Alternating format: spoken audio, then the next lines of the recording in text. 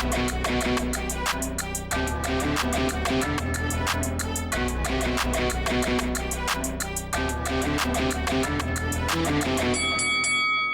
guys, welcome to Boxing Squared for boxing news and views from around the internet.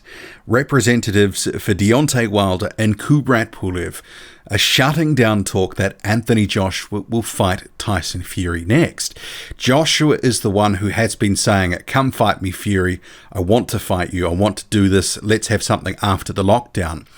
And he's also doubled down on those comments, because in my previous video where I canvassed what Joshua said, number of comments saying, well, Joshua's not really saying he wants to have it next. It's after the fight that he'll have against Kubrat Pulev and after Fury's fight against Deontay Wilder.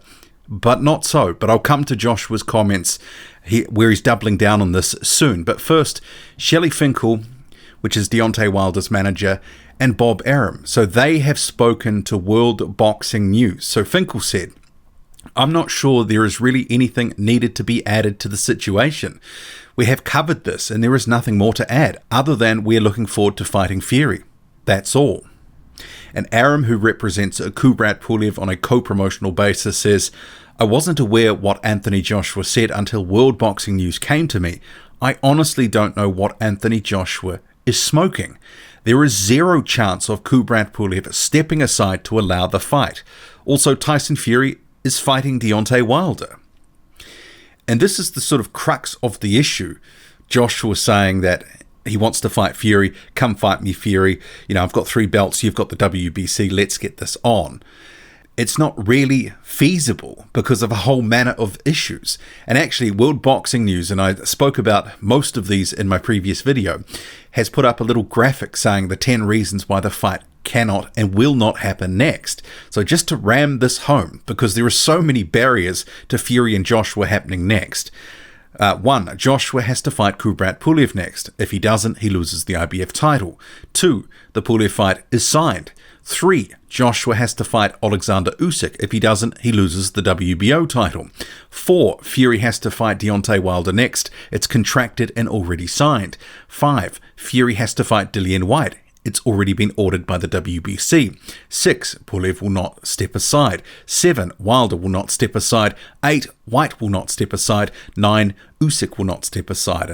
And 10. Fury vs Joshua will happen at Wembley Stadium, nowhere else. So Summit 2021 would be the earliest. And there might be a couple in there of that 10 that they've listed that may be not quite accurate, because it's already been made clear if Fury Joshua happens, for example, likely to happen outside of the United Kingdom, possibly Saudi Arabia. But some of those other ones, yeah, I mean, there's just too many barriers in the way here. And we've just heard from Arum and Finkel. Their guys are not stepping aside. They will be fighting Wilder and Joshua, respectively. But seemingly, this is lost on Anthony Joshua, who wants to have this fight next and made that clear in his previous comments to Sky Sport. But he's actually doubled down now, talking to DAZN. So he says, if Eddie Hearn said he managed to secure the Tyson Fury fight, but it is behind closed doors, I would take it. If I don't take it now, then I don't think Tyson Fury will be around by the time this all comes around again, when big hall shows are available. I have to be able to take the opportunity while they are there. Economically, I'm taking a big hit like the rest of the world. I would definitely fight for the love of my sport, and economically, I've got that hunger in me. Even if I drop $5 or pounds, I'm turning back to get it. I'm never too big to earn a buck. 100% I would fight for 8 million less, and it's a bracket from no gate receipts. 100% I would take the opportunity to fight at the drop of a hat. And on fighting in a venue with no fans, would it affect his performance? He says, you know what, I think it will. When you are fighting in front of 80,000 people, whether you like it or not, there is a massive impact on your psyche, on your confidence, that urge to perform. I'm performing to the crowd. So yes, it would be difficult to fight without the crowd there to entertain, but a win is a win, and it goes down in history. And this is just a part of history.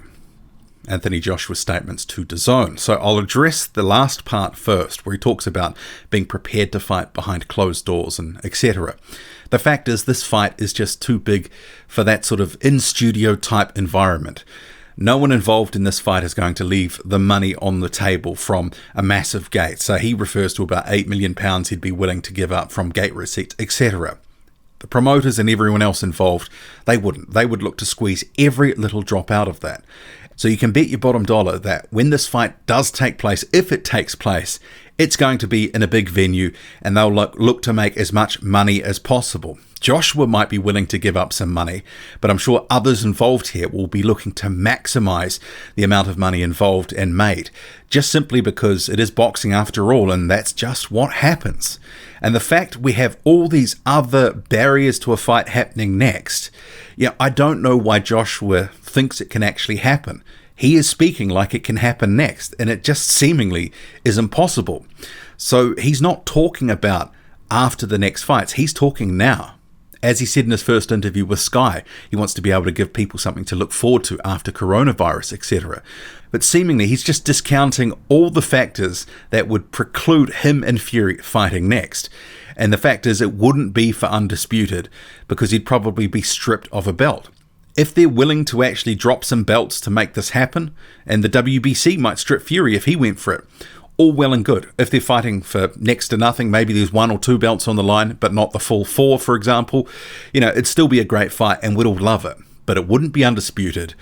And after all, isn't that what Joshua and Fury have both been questing for? To have all the belts together at the same time. Joshua's made statements before saying he doesn't want to give the belts up. But if he really wants that fight, wants to, break a contract, etc., he'd have to drop a belt. That's just a reality. And the fact that there is so many hurdles in the way to making that fight next, it does make me wonder, why is Joshua continuing to push this barrow when basically it seems impossible? Even Eddie Hearn has said that he doesn't think Kubrat Pulev, for example, or Deontay Wilder would step aside to make an undisputed fight happen next, although he'd like it to happen. But Joshua seemingly detached from reality where it comes to the realities of having a Fury fight next, especially if he wants it to be an undisputed fight. And I can see why he is a little bit concerned about Fury. Obviously, Fury's got nothing to really target and aim for at the moment with coronavirus. He's probably thinking that Fury may lose motivation over time, could slip back into old patterns, and perhaps will leave the sport. It could happen. Depends how long this thing goes for and impacts the sport of boxing, let alone the rest of society. But some of this talk of the undisputed fight happening next, it's a bit bizarre. What do you make of it all? Drop a comment loud and often. Hit like, hit subscribe. Follow me on Twitter, boxing_squared. I'm out.